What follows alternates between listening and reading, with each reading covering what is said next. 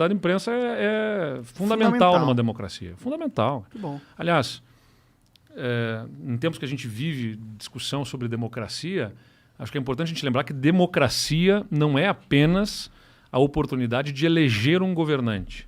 É a necessidade de que o eleito tenha que conviver com a possibilidade da contestação. Entendeu? Então, a maioria elege e os que não elegeram sabem que vão ter liberdade para criticar, contestar em diversos fóruns. Onde? No parlamento, no judiciário, na imprensa, né? E depois nas urnas. Aí o que a gente vê no Brasil hoje? O presidente da República ataca, o presidente Bolsonaro, todos esses espaços de contestação. Ele ataca o judiciário, ele ataca o parlamento, ele ataca a imprensa e, diante da perspectiva de ele ser contestado pelo povo nas urnas, ele ataca as urnas. Então o que ele está fazendo, né? Todos os espaços onde ele pode ser contestado, ele está atacando. Só que democracia não é só ele ter sido eleito, é isso que não entra na cabeça dele, né? Por uma absoluta, talvez, incapacidade de... Ele é bem ignorante. Mas assim, no mínimo não é democrático e tem uma dificuldade de entender o que é democracia, no mínimo, né? Porque democracia fui eleito e sei que vou ter que conviver com a contestação e vou ter que me relacionar com essa contestação. E sei que vou sair do poder também. E sei que vou sair do poder também, exatamente. Não dá para dizer que vai sair só morto ou preso. Ou né? com a vitória. Ou com a vitória. Bom, então não ele é democrático. Falou essa porra, né, mano? Às vezes, tipo, é que já tá tão acostumado dele falar merda, mas às vezes eu me pego pensando assim, caralho, ele falou essa porra. Ele é o presidente, ele falou essa porra. Que caralho. Então, assim, do ponto de vista... né, é uma irresponsabilidade, cara. Porque... Não, ele é uma criança no poder, mano, na minha visão. Isso causa prejuízo, porque é o seguinte, como eu falei, a dona Maria está pagando gás mais caro também por causa disso, entendeu? Não é só por causa disso, mas também por causa disso. A gasolina está mais cara também por causa disso. A perspectiva de crescimento econômico do país é menor também por causa disso, porque, como eu falei, tudo tem uma conexão. Pô, vamos lá.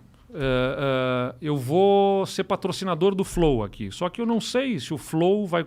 Como vocês estão, eventualmente, né, vamos dizer assim, numa situação hipotética, transgredindo as normas, eu não sei se amanhã vai estar aberto esse negócio, vai funcionar ou não. Vai que o YouTube vai banir os caras. Como é que é? Então, para aí. Então, eu só vou colocar dinheiro se tiver um retorno muito alto. É a mesma lógica do país. Se o país não tem mínimo de estabilidade, o que o investidor quer? O que o cara que tem grana quer para investir, para empreender? Previsibilidade. Previsibilidade. Eu quero saber o seguinte, eu vou botar meu dinheiro e as regras vão ser respeitadas nesse jogo e eu vou fazer esse dinheiro render com o meu trabalho lá e eu vou ganhar meu dinheiro de volta.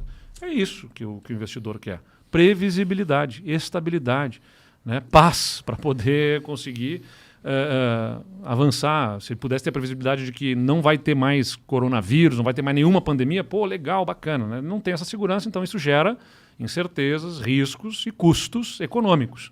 Porque se tem um risco, você tem que ter, né, um retorno maior para convencer a aplicar o dinheiro. Então, o que acontece no Brasil? O presidente está sempre gerando risco, sempre. Então, a primeira coisa que vai melhorar o Brasil é a saída do Bolsonaro do poder e substituir por alguém que traga estabilidade e previsibilidade. Mas é que o pior é que a gente está caminhando para um cenário que vai ser Lula versus Bolsonaro. Quem você votaria? Lula versus Bolsonaro? Para mim essa eleição não existe, eu não vou ter voto em nenhum deles dois. Nós estamos nas prévias que vão levar para o primeiro turno. Claro aqui, se for versus Bolsonaro e Lula... Mas eu acho que esse é um ponto que você traz que é super importante.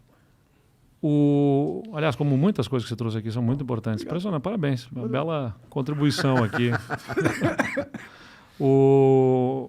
Monark, a gente tem que pensar, o país precisa de paz, de sensatez, de equilíbrio, né? Tipo, vamos parar de nos atacar e vamos parar com essa guerra, vamos enfrentar os problemas, vamos parar de discutir o Brasil que já foi, o Brasil que é, vamos discutir o Brasil que a gente pode ser. Vamos discutir para frente, entendeu? O que a gente quer para o futuro do país. Vamos encerrar esse capítulo. A manutenção do Bolsonaro do poder ou a volta do Lula não vai gerar isso para o país, entendeu? Porque no primeiro dia, nessa guerra, nessa disputa que está aí entre um e outro, no primeiro dia já tem um lado do país dividido contrário e vai ser a mesma guerra, só que numa outra direção. Então, eu acho que o país não precisa de um terceiro polo de radicalização. Muitos cobram de mim, o Eduardo devia bater mais no Bolsonaro, devia bater mais no Lula, devia bater mais naquele... Cara, eu não quero fazer a campanha do contra um, ou contra o outro, ou contra os dois. quero fazer uma campanha a favor do Brasil. Entendeu? Eu quero falar do que o Brasil pode fazer, das soluções que eu vejo para os problemas. Como eu falei para vocês, ganhar pelas nossas qualidades, não pelo defeito dos outros. Até porque eu acho que é importante não só ganhar a eleição, como é importante ganhar do jeito certo. Porque se você vai para uma eleição sendo contra um ou contra o outro, você já começa dividindo. Não adianta depois da eleição você querer posar e dizer assim, bom, agora vamos unir o Brasil. Unir o quê, cara pálida? Você que estava na eleição batendo nos caras lá e tudo mais. É uma decisão de construção de capital político para quando você realmente ganhar. É isso aí. Então, porque, como eu disse, tem que ganhar do jeito certo. Não pode ser os fins justificam os meios, entendeu? Você tem que... num país que está polarizado, que está dividido, você tem que promover essa união e conciliação desde o início.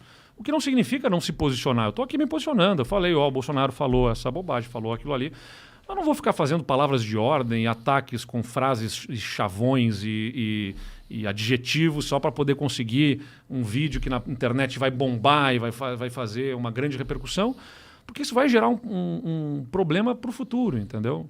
Então, só que o problema é isso aí. A ponderação não rende likes e compartilhamentos, né? Ou seja, ser ponderado... Não rende, não vai fazer. Vai engajar. O que rende like é sentimento. Se eu usar um adjetivo aqui, se eu falar um palavrão pro Bolsonaro ou pro Lula, vai ter um alcance. Mas você tem que pegar o sentimento das pessoas. Mas aí que tá, as pessoas estão cansadas dessa guerra. Eu percebo isso. Eu sinto que boa parte do brasileiro, muita gente que nos assiste, eu tô.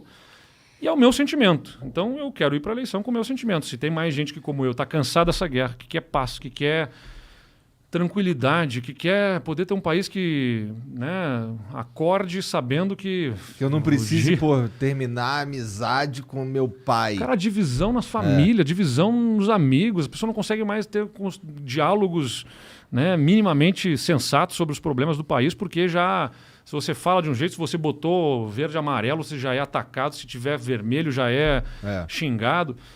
Isso é irracional, né? Como eu falei para vocês, você tem que se colocar no lugar do outro, tem que ter mais empatia. As pessoas têm razões para terem visões de mundo diferentes, elas cresceram num contexto, numa circunstância, foram levadas a pensar de um jeito. E como eu falei, nessa guerra de um contra os outros, a inflação está aí, o desemprego está aí. Todo mundo perdendo. Então, ganha só os filhos da puta que monetiza em cima dessa porra. Então acho que é importante que a gente possa... Aí você distensiona, o dólar baixa, volta para o patamar adequado, o risco do país diminui e você consegue ter juros decrescentes. E aí você coloca energia para fazer essas reformas que a gente falou. Ao invés de ficar discutindo a urna eletrônica, ao invés de ficar discutindo, identidade de gênero, as questões que ficam mais...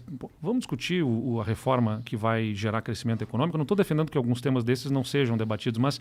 Cara, não pode ser a prioridade do presidente da República, entendeu? As pessoas estão passando fome. As pessoas estão escolhendo a hora que elas vão botar comida na mesa. Quando é que se vai ter carne ou se não vai ter carne para botar na mesa por causa do preço proibitivo que estão as coisas. Com certeza. Então, esses são os problemas reais das pessoas, né? Vamos ler aqui umas mensagens, ver o que os caras mandaram.